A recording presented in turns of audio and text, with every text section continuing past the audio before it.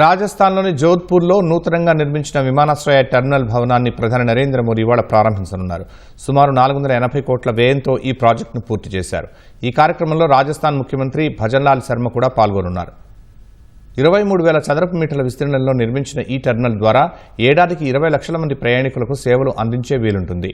ఈ టెర్మినల్ నిర్మాణంలో రాజస్థాన్ సంప్రదాయ కళాకృతులను, ఆధునిక సదుపాయాలను మేళవించారు.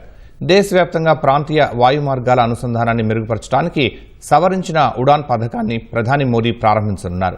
రాబోయే 10 సంవత్సరాలకు గాను ఈ పథకం కింద 28,840 కోట్లను కేటాయించారు. దీని ద్వారా కొత్తగా 100 ఎయిర్ డ్రోమ్లు, 200 హెలీప్యాడ్లను అభివృద్ధి చేయనున్నారు. జోధ్పూర్ కార్యక్రమం అనంతరం బలోత్రాకు చేరుకోనున్న ప్రధాని అక్కడ దాదాపు 1.06 లక్షల కోట్ల విలువైన వివిధ అభివృద్ధి పనులకు శంకుస్థాపనలు, ప్రారంభోత్సవాలు చేయనున్నారు. అనంతరం అక్కడ జరిగే బహిరంగ సభలో ఆయన ప్రసంగిస్తారు.